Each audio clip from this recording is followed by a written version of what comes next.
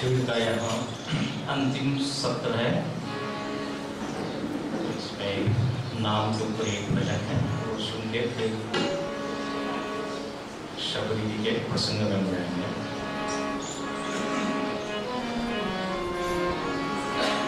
राम नाम अति मीठा है, कोई गाके देख ले।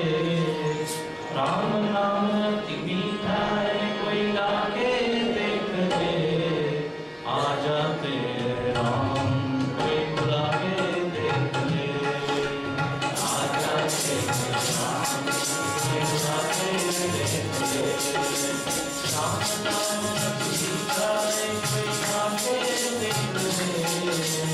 राम नाम अति मीठा है, कोई गाके देख ले। आ जाते राम, कोई बुला के देख ले। आ जाते राम, कोई बुला के देख ले। ये मन है भगवान का मंदिर, मैं रंगना में सेना। भगवान का मंदिर मैं रंगना में सेना। तेरा जन्म अमोल है, इस व्यर्थ गवाना देना। तेरा जन्म राम नाम की महिमा को मीरा के देख ले। राम नाम की महिमा को मीरा के देख ले। आ जाते राम, कोई बुला के देख ले। आ जाते राम, कोई बुला के देख ले। जिस मन में अभिमान भरा, भगवान कहाँ से आए। जिस मन में अभिमान भरा, भगवान कहाँ से आए।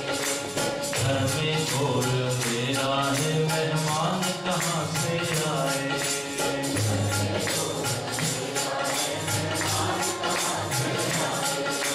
राम नाम की ज्योति कोई जगा के देख ले। राम नाम की ज्योति कोई जगा के देख ले। आ जाते राम, कोई बुला के देख ले। आ जाते राम, कोई बुला के देख ले। आ जाते हैं राम, कोई है बुलाने वाला।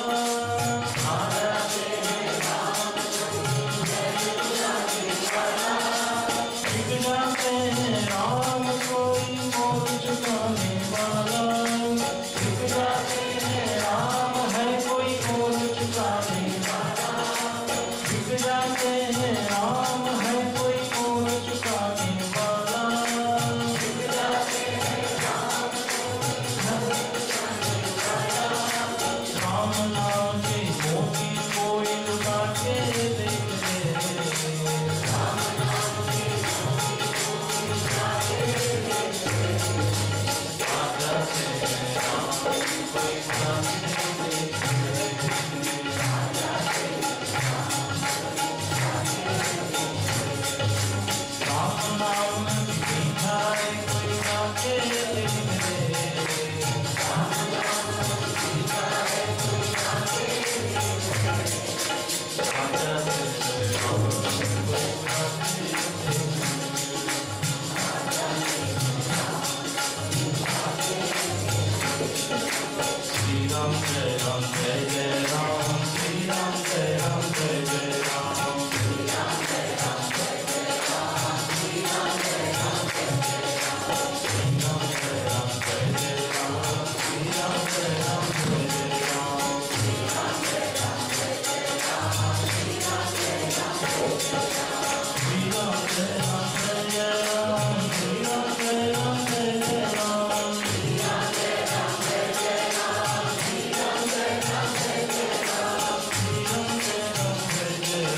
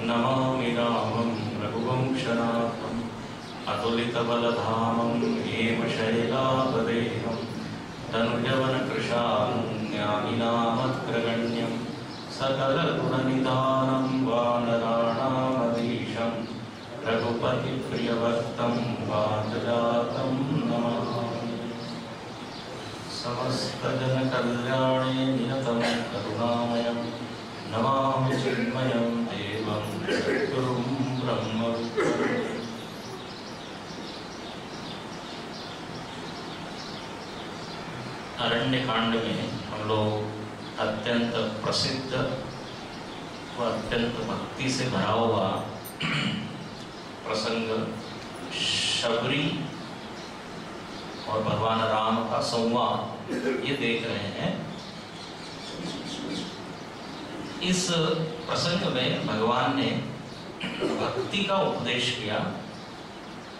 पूरे रामचरितमानस में हम देखते हैं भगवान के विविध रूप है। कहीं वो पुत्र रूप में है, कहीं शिष्य रूप में है, कहीं शत्रु रूप में है, कहीं मित्र रूप में है, कहीं पति रूप में है, कहीं राजा रूप में है। इस प्रसंग में भगवान गुरु रूप में है। रामायण में कहीं कहीं पर भगवान ने उपदेश किया है, तो उपदेश तो किसका कार्य है? गुरु का। जैसे उत्तर कांड में जब भगवान का राज्याभिषेक हो गया, उस समय उन्होंने प्रजा को उपदेश दिया। उसको कहते हैं पुरजन गीता। पुरजन मतलब प्रजाजन। भगवान जब राजा बने तो वहां उपदेश दिया है। वहीं पर आता है कि ये मनुष्य देह बहुत ही दुर्लभ है, बड़े भाग मानुष तन पावा। वहां भगवान ने कोई राजनीतिक भाषण नहीं दिया है, हाँ, आध्यात्मिक भाषण। पूरे रामचरितमानस में 7 गीता है।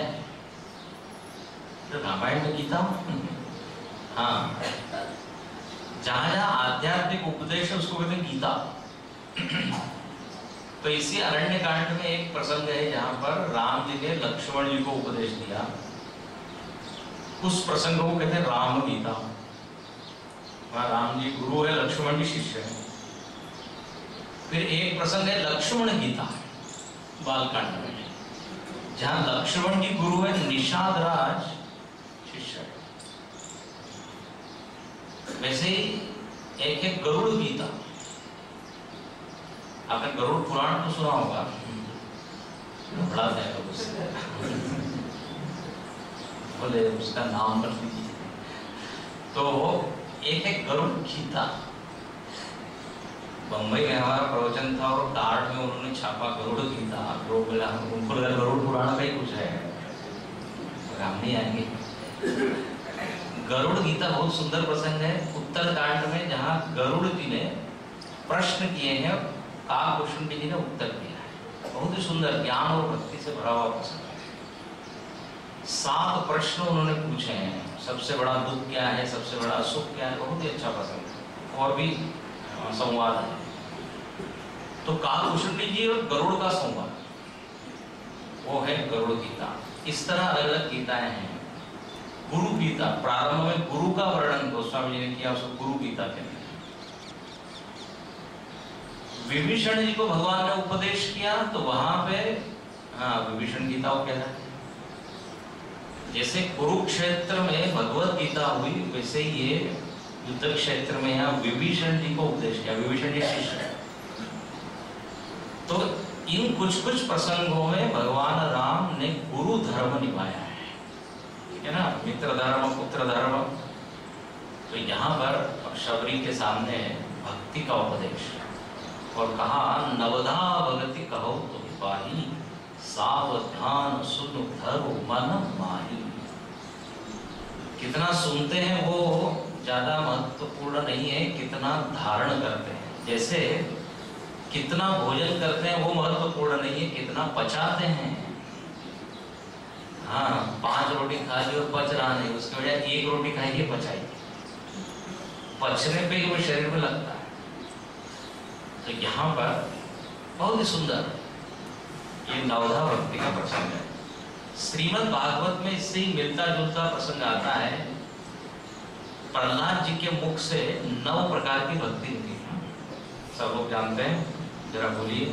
श्रवणम कीर्तनम विष्णु स्मरणम पाद सेवनम अर्चनम वंदनम दास्यम सख्यम आत्मनिवेदनम। काफी चीज इसमें मिल जाती है। श्रवणम, कल हमने देखा प्रथम भगति संतन कर संगा। ये श्रवण बहुत ही महत्वपूर्ण साधना है। हम कल बता रहे थे यही द्वार है। देखिए, श्रवण करने के बाद अपनी मान्यताओं में बदल आना चाहिए, परिवर्तन होना चाहिए, तब तो वो श्रवण क्या होगा, सार्थक। ध्यान से उसको पकड़िएगा। जो गलत समझ हमने धारण की हुई है और प्रवचन और सत्संग के बाद वो वैसी ही बनी रही, तो उसका कोई लाभ नहीं।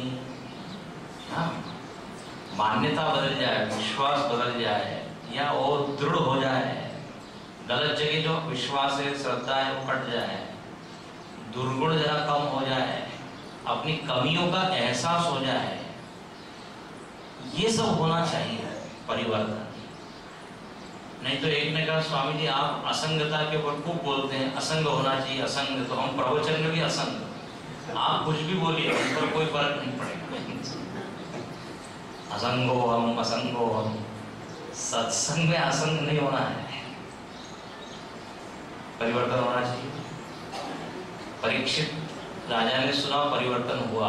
अर्जुन ने सुना, हुआ। पूरी गीता आप देखिए, विषाद से प्रसाद।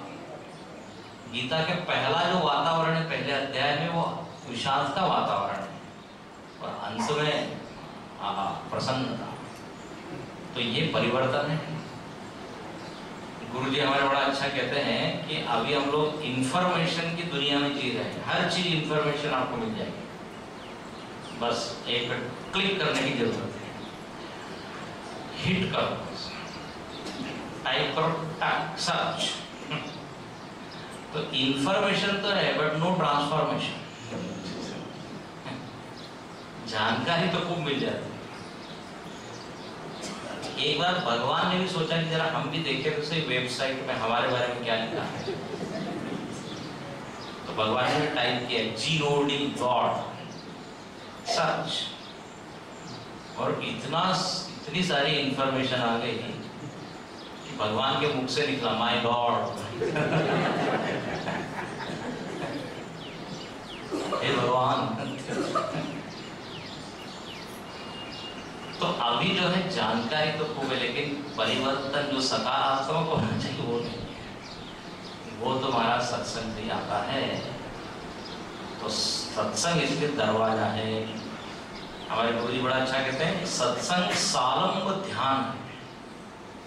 बढ़िया शब्द उन्होंने गढ़ा है, सालंब ध्यान। सालंब ध्यान का मतलब होता है ध्यान ही है सत्संग, लेकिन आलंबन सहित, वक्ता के आलंबन के सहारे अपनी मनोवृत्तियां एक विशेष भगवान की ओर प्रवाहमान है। अकेले बैठेंगे तो नहीं होगा, तो ध्यान है सालंब ध्यान। इसलिए संत लोग कहते हैं आप जब श्रवण करें तो इस तरह से श्रवण करें कि हमारे लिए ही वक्ता बोल रहे हैं। उसको कहते हैं वर्ण पूर्वक श्रवण करना। वर्ण कर लेना वक्ता का, चुन लेना, मतलब मेरे लिए ही बोल रहे हैं। ये नहीं कि हजारों की भीड़ बैठी है उसमें मैं भी एक हूं, तो फिर तो यही ध्यान रहेगा कौन सुन रहा है, कौन सो रहा है, कौन क्या कर रहा है। लेकिन एकाग्रता से जब सुना जाता है तो उसके अंदर वर्ण पूर्वक श्रवण। और ये वर्ण जो है ना मराठी वाला नहीं है।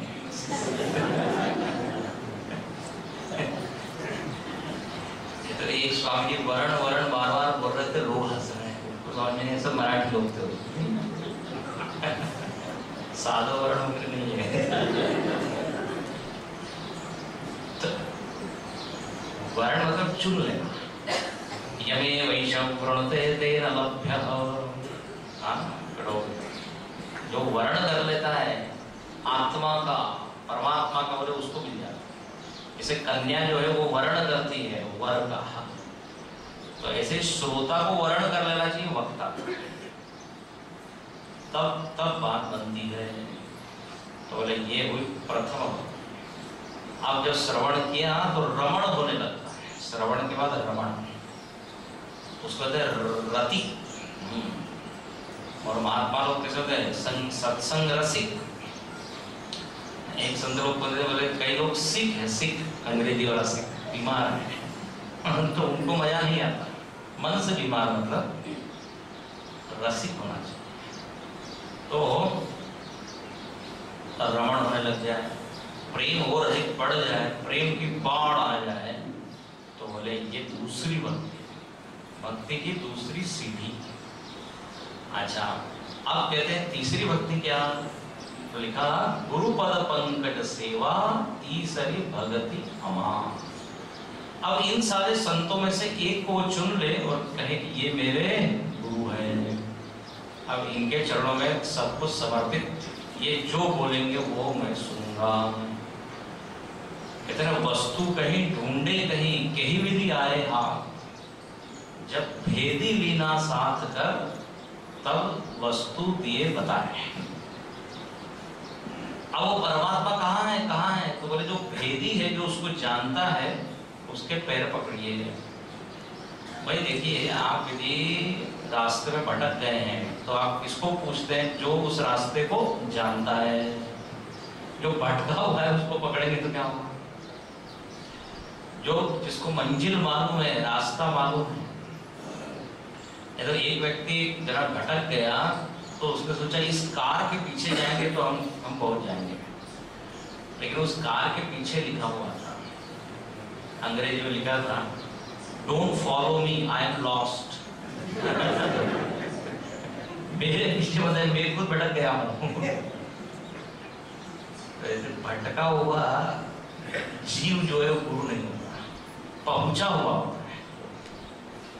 गुरु एक ऐसा तत्व है वास्तव में, तो उसको व्यक्ति बोलना तो उसकी महिमा को कम करना है। लेकिन चलिए, दिखता तो व्यक्ति के रूप में है, तो उसको दोनों किनारे मालूम है। साधक की क्या स्टेज है और सिद्ध की क्या स्टेज, दोनों मालूम है। तो इसलिए वो एक कड़ी का काम करता है, साधक को इस किनारे से उस किनारे ले जाता है। इसलिए साधक के जीवन में ये गुरुपसक्ति, गुरुपसदन उसको कहते हैं, वो होना बहुत जरूरी है। तो यहाँ पर कहते हैं गुरु भक्ति। फिर चौथी भगति मम गुणगन करई कपट तजि गान। कल मैंने यही छोड़ा था कहाँ पे कॉमा लगाना है मालूम है ना? चौथी भगवती मम गुण गण करई कपट तजी गान, ये नहीं, कपट करता है गान को छोड़ता है, ये नहीं, एक लाइन में लिखी करई कपट तजी, कपट तजी गान। एक कॉमा से गड़बड़ हो जाता है, जैसे भागो मत कामा मारो, ठीक है, फिर भागो यहां कामा लगा दो, आगे क्या होगा? मत मारो, हो गया ना उल्टा। भागो मत मारो, भागो मत मारो।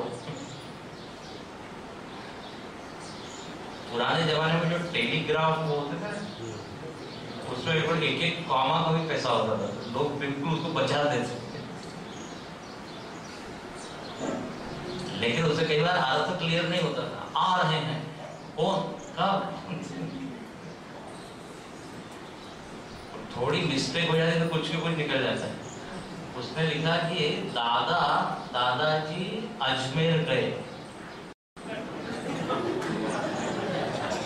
आप जानते क्या हो गया? बोलता नहीं सायंकाल क्यों होना चाहिए। दादाजी आज गैप हो गया और एक ही मात्रा कट गई, अजमेर की जगह आज। आप बताइए, एक एक मात्रा का बहुत महत्व होता है। तो यहाँ लिखते हैं करई कपटता जी गान, भगवान के गुणों का गान करता है। तो देखो श्रवण हुआ, रमण हुआ, गुरु सेवा हुई, अब क्या कहते हैं गुरु तुम भी जरा क्या करो, गाओ भगवान के गुणगान। उसको कहते हैं कीर्तनम। कीर्तन का मतलब होता है कीर्ति का गान करना, उसको कहते हैं कीर्तन, कीर्तन संकीर्तन। कीर्तन एक जबरदस्त साधना है, जैसे चैतन्य महाप्रभु, तुकाराम महाराज, ये सब बड़े बड़े संत, मीराबाई, कीर्तन, घंटों कीर्तन। और जो अभी हमने गाया राम नाम कीर्तन करे भक्त जन नृत्य करे भगवान, मराठी में नामदेव कीर्तन करे प्रेम भर प्रेम रस ना से पांडुरंग गळला पीतांबर। भगवान ऐसे तल्लीन होकर का पीतांबर भी नृत्य करे। ये संतों के कीर्तन में इतना दम है, बताइए भगवान को भी नचा, जो पूरे दुनिया को नचा रहा है उसको जो नचा दे तो क्या बात है।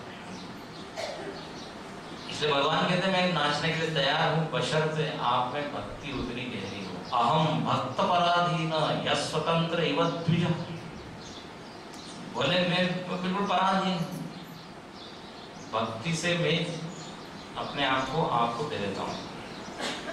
तो यहाँ पर कहा कि कीर्तनम, कीर्तन में देखिए क्या होता है, थोड़ा संगीत भी आ जाता है। कई बार सूखा प्रवचन लोगों को उतना मजा नहीं आता, कीर्तन लोग घंटों कर लेते हैं या कीर्तन भजन में रम जाते हैं। इसलिए लोग हमसे बार बार करें भजन गाइए, कीर्तन गाइए। प्रवचन जरा थकान वाला होता है कि प्रवचन में जरा दिमाग लगाना पड़ता है सुनने के लिए। कीर्तन एक ऐसी है साधना, रसीली साधना। कोई कोई संप्रदाय में फिर वही है, हरे राम राम राम हरे हरे, हरे कृष्ण कृष्ण कृष्ण हरे हरे, बस कीर्तन ही कीजिए। रामकृष्ण परमहंस बड़ा अच्छा बोलते थे, बोले कीर्तन करने से क्या होता है, तो कहते थे कीर्तन शब्द को उल्टा कर दीजिए, क्या होता है नर्तकी। तो रामायण में एक चौपाई आती है, माया खरु नर्तकी विचारी। माया जो है ना नर्तकी है, माया नाचती है और हमको भी नचाती है, लेकिन कहते कीर्तन करने से वो जो माया का नाच है वो स्टॉप हो जाता है। उल्टा है ना, कीर्तन नर्तकी के उल्टा है। यदि माया नर्तकी है तो कीर्तन में कौन होगा, बोले भगवान होंगे। और कीर्तन करने से निश्चित हम माया से दूर हो जाते हैं, क्योंकि हमारा मन तन्मय हो जाता है, तल्लीन हो जाता है। इसलिए कहते हैं श्रवणम कीर्तनम, हो गया। अच्छा, ये गान का मतलब कीर्तन तो है ही, साथ में हमने कल संकेत किया था भगवान के बारे में चर्चा करना, देखो, हम जब शास्त्र की चर्चा करते हैं ना, तो वास्तव में आत्मचर्चा ही होती है, क्योंकि शास्त्र को क्या कहा है? दर्पणम। हाँ, तो भगवान के बारे में चर्चा करना हो तो क्या कीजिए? बोले एक भी कोई ग्रंथ ले लीजिए, उसके ऊपर चर्चा कीजिए, अपने आप भगवान की चर्चा होगी या आत्म चर्चा होगी। तो इसी को कहते हैं गान करना। अब कहते हैं कि 4 प्रकार की भक्ति, पांचवी भक्ति क्या? वो जरा सूक्ष्म। मंत्र जाप मम दृढ़ विश्वासा, पंचम भजन सोवेद प्रकाशा, चटरम शील विरति बहुकरमा, निरत निरंतर सज्जन धर्मा, साधव समर मोहिमय जगतेका, होते संत अधिक करिवेका, आठ भजना नाम संतोषा, सपने नहीं देखी भरोसा, नवम सरसन चलैया, मम भरोषया दर्शन दीना, नवमहुए मुझे लगे भोरी, नारी पुरुष सचराचर सोई। अब कहते हैं पांचवी भक्ति की 5वीं सीढ़ी क्या? तो कहा कि अब वो सूक्ष्म साधना करने लगता है, कीर्तन कर रहा है, गुरु सेवा उसने की, गुरु ने उसको नाम दिया, नाम या मंत्र दीक्षा। तो बोले मंत्र जाप मम दृढ़ विश्वासा, मेरे राम मंत्र में, राम मंत्र में उसका क्या हो जाए? दृढ़ विश्वास। चूंकि यहाँ रामायण में हम राम मंत्र की बात करेंगे तो श्री राम जय जय राम, ये जो मंत्र है 13 अक्षर, बोले इसमें क्या हो जाए? उसका विश्वास। एक होता है मंत्र और एक होता है नाम। नाम का आप जप कर सकते हैं, मंत्र का जाप कर सकते हैं। नाम मतलब राम राम राम, वाल्मीकि जी ने उसका जाप किया, राम भी नहीं बिल्कुल उल्टा ही मरा। उन्होंने कहा मरा शब्द मेरे परिचय का है, राम शब्द बहुत दूर लगता है, क्योंकि मरते मारते थे वो, ये मरा वो मरा, तो उनको हाँ बोले हाँ मरा तो हम जप सकते हैं। बस नारद जी ने कहा वही जो उल्टा नाम जगत जग जाना, वाल्मीकि भय ब्रह्म समाना, मरा। देखो ये जो है ना उल्टे नाम की जो बात है, राम मंत्र के साथ ही फिट होती है। बाकी दूसरा मंत्र आप उल्टा करके देखिए, नाम जड़ा कठिन होगा। शंकर शंकर, रकश रकश कैसे होगा? विष्णु स्नुष। लेकिन कृष्ण बोलना जरा कठिन है ना, जीव ये होती है। लेकिन राम तो बड़े आराम से बोलता है, सीधे बोली उल्टा बोली, इसलिए राम बोले राम राम राम। इसमें क्या कर लीजिए, पूरे विश्वास के साथ इसको जपिए। देखिए ये नाम की हम रोज चर्चा कर रहे हैं, चूंकि ये नाम शिविर है। भगवान का एक है रूप और एक है नाम, दोनों में फर्क ये है कि नाम अपने वश में है, रूप भगवान के वश में है। भगवान का नाम हम ले सकते हैं, लेकिन भगवान किस रूप में कहाँ आएंगे ये अपने वश में है क्या? भगवान भी हमको नाम लेने से नहीं रोक सकते, है कि नहीं? तो ये नाम पूरी तरह स्वाधीन है, नाम की साधना स्वाधीन है, लेकिन रूप अपने वश में नहीं। इसलिए जो अपने हाथ में है वो करना चाहिए। तो कहते हैं मंत्र जाप। अच्छा, मंत्र शब्द का अर्थ आप लोग जानते होंगे, मननात् त्रायते इति मंत्र।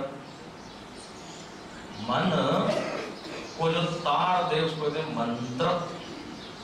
एक संत बड़ा अच्छा कहते हैं मंत्र वो है बोले जिससे मन तर जाए। मंत्र पंजाबी में किसे बोलते हैं? पुत्र। ऐसे मंत्र तो मन दर्जा है इससे। अच्छा, तरी होता है ना, जैसे गीला करते हैं, तो मन जब ये मंत्र का जाप करता है तो देखो मन भक्ति भाव से भीग जाता है, गीला हो जाता है। तो इसलिए मंत्र बहुत प्यारी साधना है। लोग कई बार मंत्र शुरू करते हैं सकाम भाव से, लेकिन वो मंत्र का ऐसा प्रभाव होता है कि वो कामना एक तरफ रह जाती है, निष्काम हो जाता है। अकबर बिरबल का एक ऐसी किस्सा है, वो जब कहीं घाट पे काशी में या कहीं पे जा रहे थे तो बिल्कुल ऐसा गरीब दिखने वाला व्यक्ति, फटे पुराने ऐसे कपड़े पहना हुआ है, भीख जैसे मांग रहा है। तो अकबर से बीरबल से कुछ मांग रहा है। बीरबल जानता है कि ये व्यक्ति तो ब्राह्मण है, जाति ब्राह्मण है, अच्छे कुल में ये हुआ है, लेकिन इसकी ऐसी स्थिति हुई। तो मालूम है बीरबल ने क्या कहा उसको? बीरबल ने कहा, ये एक मंत्र दिया, गायत्री मंत्र दिया, और कहा कि तुम इसका जप करो, इतनी माला रोज, मैं तुमको उसके बदले इतने आशर्फिया या जो भी धन दूंगा, मेरे लिए दूंगा। वो हर महीने जप करने लगा, उसको 6 महीने के लिए क्या करो। तो वो करता था, बीरबल जो उसको पैसा पहुंचा देता था। उसके बाद बीरबल ने सोचा कि शायद इसका धन की और कमी होगी, फिर और दे देंगे आगे सब। तो बीरबल ने कहा आगे भी करो तुम, जब हम और पैसा देंगे। उसने कहा हमारा पैसे की जरूरत नहीं है, मुझको ऐसा मजा आ गया है कि बस धन को एक तरफ, अब मैं तो भगवान से यही चाहता हूं कि ये मंत्र चलता रहे। तो देखो बीरबल ने पहले चॉकलेट पकड़ा दिया, झुंझुना पकड़ा दिया, उसके बाद फिर वो जैसे होता है नहीं, बच्चों को कहते हैं यदि हम पढ़ेंगे, अब तुम पढ़ोगे तो हम तुमको ये देंगे, चॉकलेट देंगे, वो देंगे। उसके बहाने वो पढ़ता है, और एक बार उसको रस आ जाता है तो फिर भूल जाता है। तो क्या है, ये सकाम भावना से प्रार्थना या जप शुरू होता है, लेकिन निष्काम भाव में चला जाता है। ये भगवान के नाम की महिमा है। राम अपने तुलसीदास जी कहते हैं कि बोले एक समय था जब मेरे पास खाने के लिए कुछ नहीं था। आप तुलसीदास जी का जीवन पढ़िए। बोले मैं बंदरों को, लोग चने फेंकते थे, मैं बंदरों से झगड़ के चना लेता था और अपना पेट भरता था। आप जरा से, और वही तुलसीदास जी कहते हैं, काफी बड़े हो गए साधना में, फिर कहते हैं अब ये स्थिति है कि भूपति पूजत पाए। बड़े बड़े राजा लोग चरणों में बैठते हैं, लेकिन वो कहते हैं ऐसा क्यों हुआ? बहुत सुंदर उन्होंने कहा, बोले उस समय मैं बिना राम नाम के था, अब मैं राम नाम के साथ हूं, उसके कारण ये परिवर्तन। इसलिए देखिए नाम महिमा तो जितनी बोले उतनी कम है। थक जाएंगे लेकिन उसकी महिमा उतना ही नहीं जा सकती। इसलिए लिखते हैं मंत्र जाप मम दृढ़ विश्वासा, पंचम भजन सो वेद प्रकाशा। वेद में भी ये वैदिक साधना है। और देखिए जितने भी धर्म है, सब धर्मों ने नाम जप को स्वीकार किया। हो सकता है उनका कर्मकांड अलग अलग हो, किसी में कर्मकांड हो ही ना, लेकिन नाम जप सब करते हैं। हिंदू हो, मुस्लिम हो, सिख हो, ईसाई हो, बौद्ध हो, प्रभावकारी साधना है। और कलियुग केवल नाम आधार, कलियुग में तो इसका विशेष है। तो इस तरह है ये 5वीं भक्ति। अब कहते हैं वही भक्त जब ये जप करता है, कीर्तन इत्यादि करता है, तो 6ठे स्तर पे पहुंच जाता है। वहां पे क्या होता है? छठदम शील विरति बहु कर्म। छठ दम, उसमें क्या आ जाता है? दम। दम मतलब हिंदी वाला दम नहीं, किसमें कितना है दम, वो दम नहीं। यहाँ दम शब्द शास्त्रीय अर्थ में है इंद्रिय निग्रह, दम, दमन करते ना, दमन। तो यहाँ संयम के अर्थ में दम है। याद रखिए दमन और संयम में थोड़ा फर्क है। दमन में क्या होता है, अंदर तो इच्छा होती है लेकिन उसको दबाते हैं जबरदस्ती। इच्छा नहीं होती लेकिन अब लोक लज्जा के कारण या उसने कहा है इसलिए वो हो जाता है दमन। जहां बाहरी फोर्सेस है, जैसे स्प्रिंग को आप दबा के रखते हैं, खुद से नहीं होती। लेकिन जब स्वतः मन संयमित हो जाए तो फिर उसको क्या कहते हैं, संयम। तो उसी अर्थ में कि स्वतः ही इसमें संयम। नहीं तो जैसे हम लोग जब बीमार हो जाते हैं तो डॉक्टर कहता है 10 दिन के लिए ये नहीं खाना है, तो 10 दिन वो बिल्कुल पालन करता है। तो इसका मतलब ये नहीं कि हमको उससे विरक्ति आ गई है, 11वें दिन का इंतजार करता है, 10 दिन का पूरा वो हिसाब पूरा कर देता है। अब तो हो गए 10 दिन, दान दान। और तो ये दमन होता है। संयम में विजय की खुशी होती है कि हमने जीत लिया। दमन में कुंठा होती है कि यार कब रह जाना, अतृप्त रहता है। तो यहाँ पे इसलिए वेदांत में कहा जाता है षट संपत्ति में दूसरा है ये दम, शम दम उपरति। एक दिन सुनाया था आपको। तो इंद्रियों को रोकना, इंद्रियों को रोकना मतलब इंद्रिय का उपयोग करना नहीं, ये नहीं, जहां जितना जरूरी है उतना उपयोग करना, उसको कहते हैं इंद्रिय। जैसे कहा ना, भद्रं कर्णेभिः शृणुयाम देवा भद्रं पश्येमाक्षभिर्यजत्राः, ये दम है। भद्र सुनना, भद्र देखना, संयम। और गीता में खूब लिखा है संयमेन्द्रिय ग्रामं सर्वत्र सर्वबुद्धया ते प्राप्नुवन्ति मामेव सर्वत्र सर्वबुद्धया। तो संयम का परिणाम है क्या, मन का बलवान होना। आपको बता, मन बलवान हो जाता है। देखो संयम नहीं होना तो जरा जरा सी बात कोई सामने चीज आती है, मन कहता है खा लो, पी लो, देख लो, तो बेचारा इतना मतलब दीन हो जाएगा जिसमें संयम नहीं है। हर चीज के लिए संयम चाहिए, जगत की उपलब्धि के लिए भी संयम चाहिए। आपको बता, वैज्ञानिक लोगों में संयम होता है तभी वो उपलब्धि हासिल करते, सब चीज छोड़ देते हैं ना। वो आपको हमने उदाहरण दिया था क्या, न्यूटन का ना, आइंस्टीन का, आप जीवन पढ़िए, उनका संयम है। बड़े बड़े लोग संगीतकारों कलाकारों सब भूल जाते हैं। तो यहाँ पर कहा छठ दम, दमन करो। आपने वो किस्सा सुना है कि नहीं, ब्रह्मा जी का। एक बार देवता, दानव और मानव तीनों लोग ब्रह्मा जी के पास आए का उपदेश के लिए। और ब्रह्मा जी तो बड़े व्यस्त रहते हैं, बोले हमको अभी बहुत सारी सृष्टि बनाना है, ये ब्रह्मांड बनाना है, टाइम नहीं है मेरे पास। तो लोगों ने कहा जल्दी से छोटा सा उपदेश कर दीजिए। तो उन्होंने उपदेश कर दिया, दो हो गया उपदेश, जाओ। दो क्या है, लेकिन आश्चर्य सबको समझ गया। देवता लोग समझ गए ठीक है महाराज, दानव लोग समझ गए ठीक है, और मानव भी समझ ही गए। अब तीनों ने क्या समझा, आपने शायद सुनी होगी। देवताओं ने समझा कि हमने जो है ये बात समझी कि हम भोग में लगे रहते हैं, हमको करना चाहिए क्या, दमन। दो शब्द से उन्होंने दमन, इंद्रिय दमन, दमन तो संयम। देखिए स्वर्ग में जो है ना भोग है, लेकिन वहां ज्ञान भक्ति वैराग्य नहीं है, वहां सत्संग नहीं होगा। सत्संग के लिए उनको नीचे आना होगा। और वो इंद्रिय भोग वहां इतने उपलब्ध है प्रचुर मात्रा में, वहां कभी भी शॉर्टेज नहीं है। हाँ, ताली बजाओ आपको भोग पदार्थ सब है, और वहां तबीयत भी आपकी ठीक ही रहती है, कितना भी खाओ।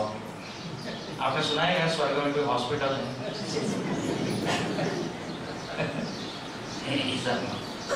लिखा हुआ है न तत्र जरया विभेति, वहां कोई रोग नहीं, जरावस्था ही नहीं, बताइए वृद्धावस्था ही नहीं है। क्या बढ़िया है। जरावस्था मतलब अब आपकी आयु जरा सी रह गई, उसको जरावस्था। सो न तत्र जरया विभेति। हाँ, तो वहां ये सब है। तो वो भोग प्रचुर मात्रा में है, शरीर भी वैसा है, तो लगे रहते हैं।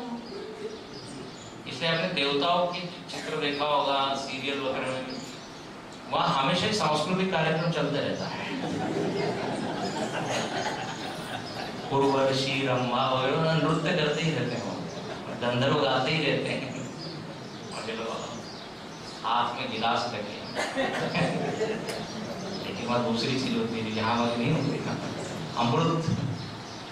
तो क्या है, वो प्रचुर हो गए लेकिन इंद्रिय संयम नहीं। तो देवताओं ने समझ लिया कि दमन करना है। अच्छा, दानवों ने क्या समझा, बोले हम बहुत हिंसा करते हैं, इसलिए हमको क्या करना चाहिए, दया। द शब्द से क्या समझे, द अक्षर से दया, सही बात है। और ऐसे ही मनुष्य ने क्या समझा, कुछ ही लोगों ने समझा, शायद सबने तो नहीं समझा। द मतलब क्या, दान करना चाहिए। बोले अच्छा है, तेरा कठिन है। लेना तो बड़ा आसान होता है, देना चमड़ी जाए और दमड़ी न जाए। दान जो है आपको होता है धन की सबसे अच्छी गति है। दानम भोग नाशक, बताया था शायद। दान, भोग और नाश, तीन ढंग से लक्ष्मी जी चलती है। दान से जब वो चलती है तो बड़ी खुश होती है, और दान से धन और बढ़ता है, तो नहीं होता। इसलिए दान के ऊपर भगवान ने खूब बोला है, यज्ञो दान तपः कर्मं कर्म पावनानि मनीषिणः दातव्यमिति यद्दानं दीयते नुपकारिणे देशे काले च पात्रे च। देखिए कितना लेते हैं, जरा आप देखिए तो सही, हम दुनिया से कितना ले रहे हैं। प्रकृति से ले रहे हैं, हवा पानी प्रकाश, समाज से ले रहे हैं, पूरा सिस्टम बना हुआ है उससे ले रहे हैं, यूनिवर्सिटीज बनी हुई है, कॉलेजेस बने हुए हैं, उससे कितना ज्ञान इत्यादि हमने लिया है। एक आदमी को बनाने में 70-75 शिक्षक लग जाते हैं, हाँ। और यदि फेल हो गया तो जरा और 10-20 और जोड़ दीजिए, क्योंकि एक क्लास में रिपीट आप गिनते चले जाएं तो लेते ही रहते हैं। तो देना भी चाहिए, नहीं तो कहते ऋणी हो जाएंगे, ऋणी कर्जदार। अच्छा, जब देने की बात आती है, लेते हैं तो इतना खूब, देते हैं तो थोड़ा। शंकराचार्य ने उसको षट कहा है, जो अपने सामर्थ्य से कम देता है वो षट ऐसा लिखा है मुंडक के भाष्य में। वो एक बड़ा अच्छा किस्सा है। एक दिन दान की महिमा सुनी, दान किया उसने चोरी किसकी की, चोर था, निहाई की चोरी की। निहाई मतलब जिसके ऊपर वो लोहा अलग अलग आकार बनाते, तो चोरी करे निहाई की, और सुई को करो दान। सुई को दान करना चाहिए, किया है ना दान। और छत के ऊपर चढ़ के देखता है कि अभी तक वैकुंठ से विमान कैसे नहीं आया। ऊंची चढ़ के देखता कितनी दूर विमान, आगे दिया है। तो द से क्या है, दान। तो दमन भी करना है, दया भी करनी है, दान भी करना है। वो तो हमें कहानी के माध्यम से बताया, हम लोगों के जीवन में तीनों होना चाहिए।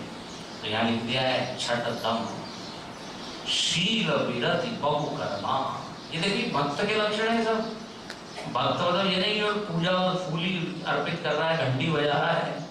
संयम होना चाहिए। शील मतलब होता है कैसे बोलना। शील एक गुण का नाम नहीं है, शील मैनर्स को कहते, तरीका। अपने वाणी को सजा के बोलना, हम कैसे बैठ रहे हैं, कैसे उठ रहे हैं, तो शील। और ऐसा लिखा है, शीलम सर्वत्र वही धर्म। शील एक ऐसी चीज है, यदि वो हो तो सब लोगों का दिल वो व्यक्ति जीत लेता है। शील आते ही सारे गुण आ जाते हैं। सुशील, भगवान राम के लिए कहा है शील निधान। शील के भंडारे मतलब क्या है, बड़े के साथ कैसा बोलना, छोटे के साथ कैसे, माता के साथ क्या, ये मालूम है। कोई प्रहलाद जी की बड़ी अच्छी कहानी है कि जब असुरों ने जीत लिया एक देवताओं को, तो इंद्र जो है वो पराजित हो गए, एकदम कंगाल हो गए। तो बृहस्पति के पास गए कि क्या करें, हम तो बिल्कुल दीनहीन हो गए, कुछ नहीं है। या असुर लोगों के पास सारा राज्य चला गया। तो बृहस्पति जी ने कहा ऐसा करो, अभी प्रहलाद जी है राजा, आप उनके पैर पकड़ो, वो खुश हो जाएंगे और वो कहेंगे कुछ मांग लो, तो आप मांग लेना, दे देंगे। अब वो गए हैं वहां, उनके चरण पकड़े, तो प्रहलाद जी का व्यक्तित्व ऐसा आकर्षक, मोहक, सात्विक है। वो असुर, लेकिन असुर योनि में, असुर जाति में। तो इंद्र जो है ना भूल गए मांगना स्वर्ग आदि का राज्य, उसके बजाय वो कहने लगे आपके पास तो इतने गुण हैं, आप हमको गुण दे दीजिए। प्रहलाद जी ने कहा ठीक है। तो कहानी है एक एक गुण उनमें से निकलने लगा और वो इंद्र के शरीर में जाने लगा। तो प्रेम, करुणा, दया, मैत्री, विश्वास, श्रद्धा, क्षमा और अंत में शील, वो भी निकलने लगा। तो प्रहलाद जी ने कहा एक गुण तो मैं रखता हूँ अपने पास, बाकी फिर आप ले जाइए सब। लेकिन आश्चर्यजनक घटना घटी। शील को जब रख लिया प्रहलाद जी ने, वो सारे गुण वापस आ गए। प्रेम, करुणा, दया, कहानी के माध्यम से होता है शील यदि है ये सब आ जाएंगे। इसलिए शीलम सर्वत्र वैधनम। तो छठतम शील विरति बहुकर्म। जो भक्त है उसको बहुत ज्यादा तन फन करने, बहुत ज्यादा कर्मों में वो उलझना नहीं चाहता, विरक्ति, ये छठी भक्ति है। और निरत निरंतर सज्जन धर्म, सज्जन के जो धर्म है उसका वो पालन कर रहा है, ये छठी भक्ति। अच्छा, अब देखिए इतना बढ़िया सदा हुआ जिसका जीवन है, अंतरंग जीवन, व्यवहार भी उसका सुंदर हो गया, तो अब क्या है, उसका मन एकदम चकाचक, एकदम चमक गया है।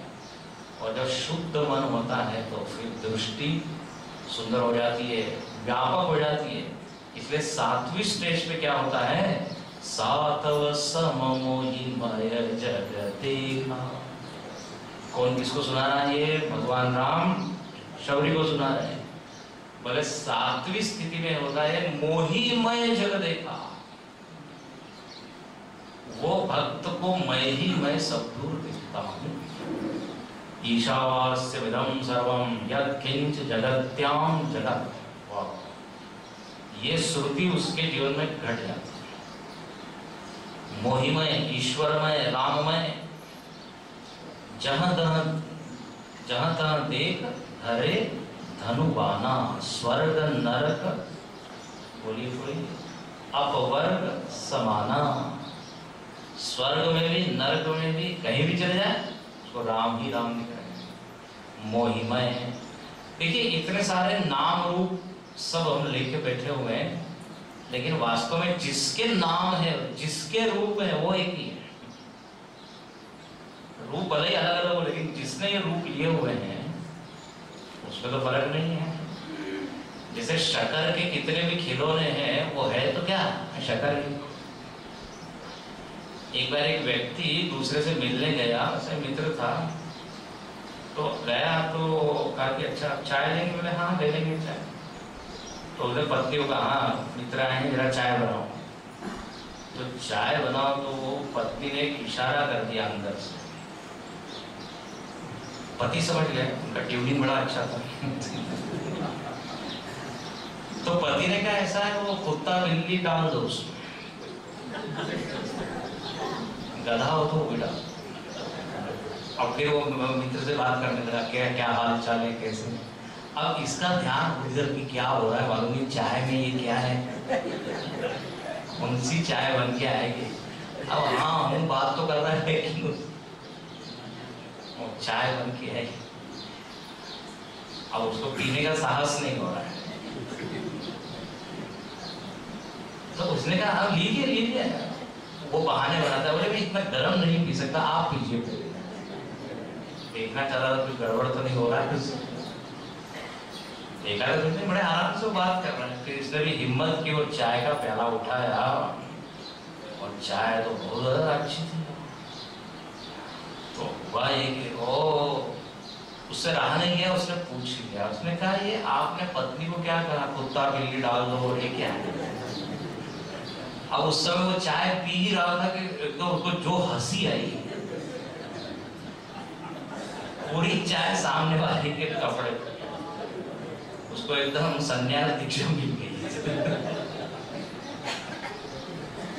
उसने कहा बात ऐसी थी कि घर में शक्कर खत्म हो गई थी, कल हम वो मेले में गए थे और वहां पे शक्कर के सब वो जानवर थे सब, तो हमने कहा डाल दो कुत्ता बिल्ली वो शक्कर। अब देखो ये उदाहरण बड़ा मजेदार है। इसमें क्या हुआ, वो जो व्यक्ति वो नाम रूप को देख रहा है, लेकिन ये व्यक्ति वो तत्व को देख रहा है। तो नाम रूप को देखने से परेशान हो रहा है, तत्व का ज्ञान न होने के कारण। तो क्या है ऐसे ऐसे मजेदार। सो यहाँ लिखा मोहिमय, जैसे उसका शक्करमय है सारे वो खिलौने, ऐसे यहाँ राममय, तत्वमय, चिन्मय, चैतन्यमय। ऐसा जो देखता है भगवान कहते हैं वो तो मेरा भक्त है। और देखिए क्या बड़ी बात भगवान कहते हैं, मोते संत अधिक कर लेखा। अभी कोई बोलेगा, बोले मेरे से भी ज्यादा जो संत को मानता है, संत की पूजा करता है, संत की आराधना करता है, बोले वो भक्त। तो ये संत के प्रति भी प्रेम होना चाहिए। भगवान के प्रति प्रेम है तो संत के प्रति भी प्रेम हो, यही सच्चे भक्त का लक्षण है। ये सातवीं भक्ति। आठवीं भक्ति क्या? अब देखिए जिसको सद्गुरु परमात्मा ही दिख रहा है उसके जीवन में समाधान आ गया, संतोष। इसलिए लिखते हैं आठव चथा लाभ संतोष, सपने ही नहीं देख पर दोषा। आठवीं भक्ति क्या? तो बोले चथा लाभ, हम है राजी उसमें जिसमें रजा तेरी। ये बात हाँ है, हाँ आप जो कह रहे ठीक, भगवान की मर्जी में मेरी मर्जी। संतोष यदृच्छा लाभ संतुष्टो द्वंद्वातीतो विभत्सः। यदृच्छा लाभ, वो ज्यादा शिकायत नहीं करता, ऐसा ही क्यों, यही क्यों। हाँ संतुष्ट है। वो राजनीति में होते हैं ना, वो असंतुष्ट दल बना देते हैं, असंतुष्ट लोग। असंतुष्ट दल के नेता, कई लोग, हम लोग भी असंतुष्ट दल में ही बने रहते हैं जीवन में। ये तो है लेकिन ये नहीं है, ये है लेकिन ये नहीं है।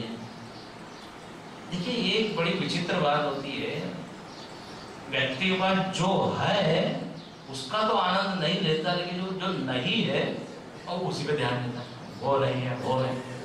अरे जो है उसका तो आनंद लीजिए।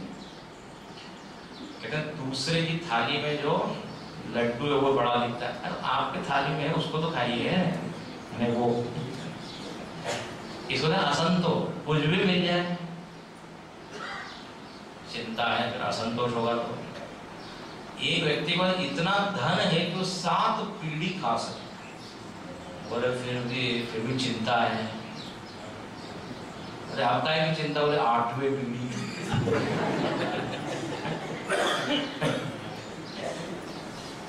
इसको कहते हैं लोभ। देखो ये संतोष का उल्टा है लोभ।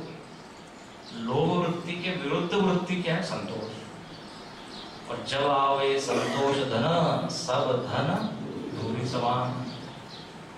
पतंजलि जी ने योग सूत्र में लिखा है संतोषात् अनुत्तमम सुख लाभ। आप जानते होंगे यम नियम है ना, 5 यम 5 नियम, शौच तप संतोष स्वाध्याय ईश्वर प्रणिधान। तो लिखते हैं एक एक ये वैल्यू है, जीवन मूल्य है, और उसके फल भी बताए, यदि ऐसा करेंगे तो क्या होगा।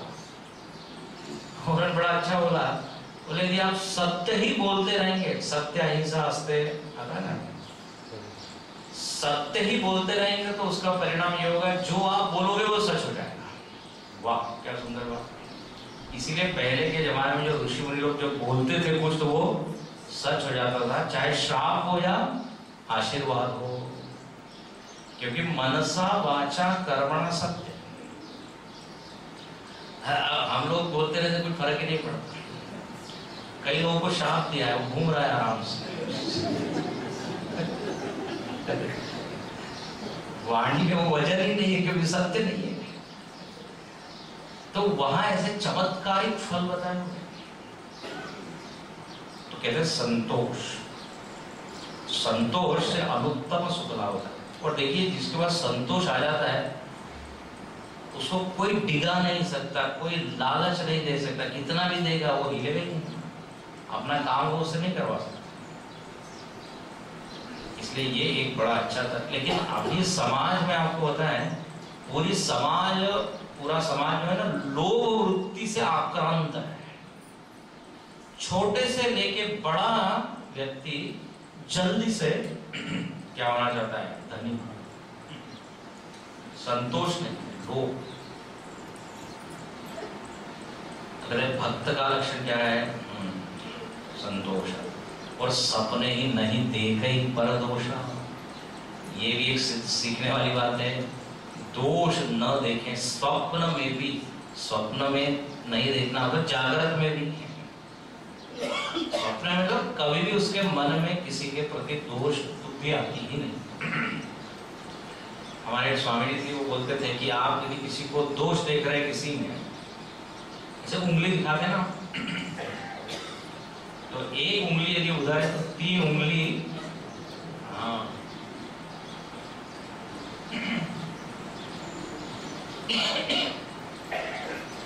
तो इसलिए कहते हैं दोष देखना हो तो पहले अपने दोष देखो। बुरा जो देखकर ना, मैं चला मुझसे, बुरा नहीं किया, जो मैं देखा अपना। ये अब ये सब मालूम तो है, लेकिन प्रवचन करने के लिए तो ठीक है। अच्छा, तो सपने।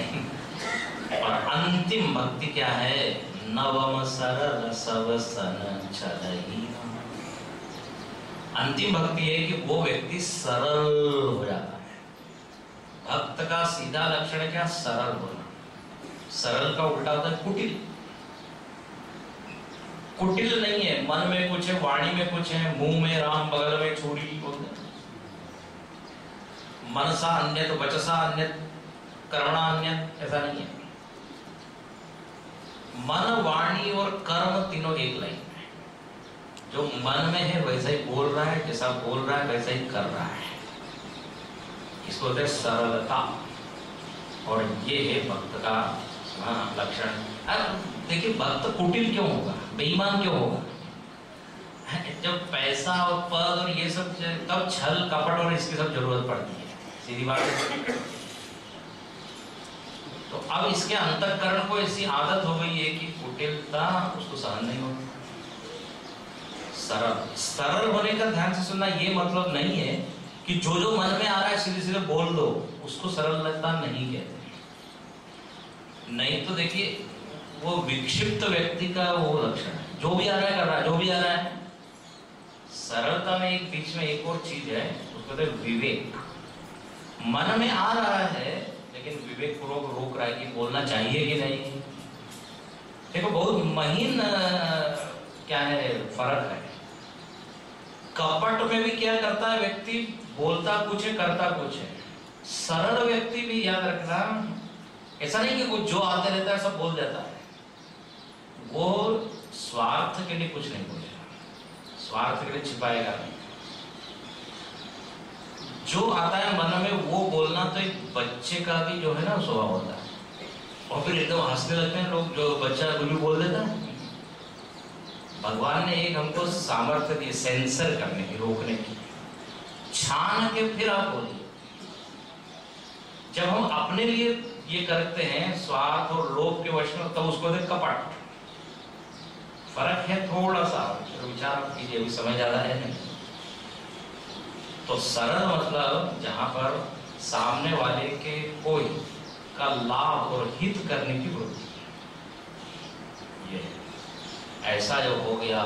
और मम भरोसा ही हर्षण दीना, मेरा ही उसको भरोसा है। अन्याश्रयाणाम त्यागो अनन्यता, सारे आश्रय को जिसने त्याग दिया वह मेरा भक्त है। ये नवा लक्षण है। इस तरह यहाँ 9 प्रकार की भक्ति बताई। ओ शबरी मानो कि अपनी ओर देख रही है, मानो कि पूछना चाहती है मेरे में इसमें से कितनी है।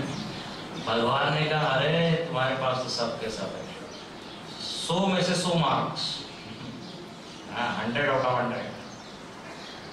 नव महु एको जिनके होई, नारी पुरुष सचराचर कोई, सोई अतिशय प्रिय भामिनी मोरे, सकल प्रकार भगति दृढ़ होई। देखो भगवान का ऐसा उदार दिल है, कहते हैं इस 9 में से एक भी भक्ति आ जाए तो मैं खुश होता हूँ। शबरी माता आप में तो 9 के 9 है, तो प्रिय, आप प्रिय है, ऐसा बोल के आशीर्वाद दिया है। और कह दिया मम दर्शन फल परम अनुपा, जीव पाव नित सहज सोता। एकदम वेदांतिक है। भगवान कहते हैं मेरे दर्शन का फल यह है कि तुमको अपना दर्शन हो जाएगा, आत्मदर्शन। ईश्वर दर्शन से आत्मदर्शन होगा। रमण महर्षि जी ने भी उपदेश सार में ये बात लिखी, ईश दर्शनम आत्मदर्शनम, आत्मदर्शनम तत्वदर्शनम। भगवान के दर्शन का सबसे बड़ा फल यह है कि हमको अपने स्वरूप का ज्ञान हुआ, नहीं तो क्या लाभ है। यहाँ इस तरह शबरी को मानो कि उन्होंने आत्मदर्शन करा दिया। और अब शबरी माता गदगद है, वो कहती है अब मैं अपने इस देह को छोड़ना चाहती हूँ, क्योंकि जो प्रयोजन था वो पूरा हो गया, जिसके लिए मैं यहाँ जी रही थी वो हो गया। अब मैं योगाग्नि में अपने देह को भस्म कर दूं। और कहते हैं कि उन्होंने योगाग्नि में अपने देह को ये किया। हाँ, लेकिन उसके पहले भगवान ने पूछा, हम सीता जी की खोज करते करते आप यहाँ आए हैं, आप हमको कुछ रास्ता बता सकते हैं, किधर खोज करें? अब बताइए, जो सर्वज्ञ है वो पूछ रहा है, ये लीला है, कौतुक इसको कहते। तो शबरी जी ने कहा जरूर, अब आप लीला करें तो फिर हम भी बोल देते हैं। आप ऐसा कीजिए, किष्किंधा में जाइए, वहां पे वानरों से मुलाकात होगी, वो आपकी सहायता करेंगे। इस तरह यहाँ पर राम जी वहां से चलते हैं। चले राम त्यागावन सो, अतुलित बल न रखे हरि को। भगवान के शबरी कहती है, पंपा सरई जाओ रघुराई, तब हो है सुग्रीव मिताई। सुग्रीव से आपकी भेंट होगी। वो यहाँ पर पूरे इस प्रसंग में अंत में गोस्वामी एक टिप्पणी कर देते हैं कि जो जातिहीन अग जन्म मही मुक्त कीनी असिनानी, बोले जो जातिहीन है और अघ से युक्त है, निम्न तरह की जाति में पैदा हुई, शबर जाति में, ऐसी उस वृद्धा का क्या कहते हैं कल्याण किया, उन्होंने मुक्त किया। तो महामंद मन सुख चहसी, ऐसे प्रभु ही विसारी। हे महामंद मन, अपने ही मन को बोलते हैं कि तूने ऐसे भगवान को क्यों बुलाया, जो इतना उदार है, जो जात पात कुल धर्म बड़ाई देखता नहीं, तो तूने क्यों बुला दिया, जिसे तू भी जप कर और उसको प्राप्त कर। देखो तुलसीदास जी अपने कोई उपदेश करते हैं और हम लोगों को अपने कोई उपदेश करना चाहिए। तो इस तरह यहाँ उपदेश किया और ये प्रसंग हम यहाँ पूर्ण करते हैं। भगवान की असीम अनुकंपा अनुग्रह से यह त्रिदिवसीय सत्संग यहाँ संभव हो सका। यहाँ पर जो यह मठ है आबा महाराज जी का, बड़ा सुंदर, बड़ा यहाँ वातावरण अच्छा है, यहाँ बहुत अच्छे कार्यक्रम होते रहते हैं, सत्संग इत्यादि। और यहाँ पे दोनों भाइयों ने बहुत ही सुंदर इसको संभाला है। मैं इनके प्रति बहुत आभार व्यक्त करता हूँ। इन्होंने बहुत ही क्या कहते हैं आग्रह पूर्वक मुझको आमंत्रित कहा, नहीं आप आइए आइए। और उनके आग्रह और प्रेम के वश में, प्रेम के बस प्रभु को नियम बदलते देखा है, जैसे भगवान ने कहा है। तो संत लोग भी प्रेम के वश में सभी लोग, तो इन्होंने यहाँ हमको अवसर दिया, इसके प्रति मैं धन्यवाद देता हूँ। और इतनी बड़ी संख्या में आप सब लोग यहाँ पधारे, सबके प्रति मैं कृतज्ञता व्यक्त करता हूँ। आप लोगों के पास वैसे तो विकल्प था, घर में बैठ सकते थे, हाँ, टीवी देख सकते थे, लेकिन आपने उसको छोड़ के यहाँ पे आए। थोड़ा तो त्याग किया ही, 1.5 घंटे के लिए। सब लोगों को धन्यवाद। और हम सब लोग भी शबरी की तरह भक्त बने। थोड़ी भी यदि भक्ति आ जाए, प्रेम आ जाए, तो लीजिए ये जो प्रसंग क्या कहते हैं, सत्संग, ये क्या हो गया, सार्थक हो गया। जो भी आपको इसमें अच्छा लगा हो वो सब भगवान की कृपा समझिए।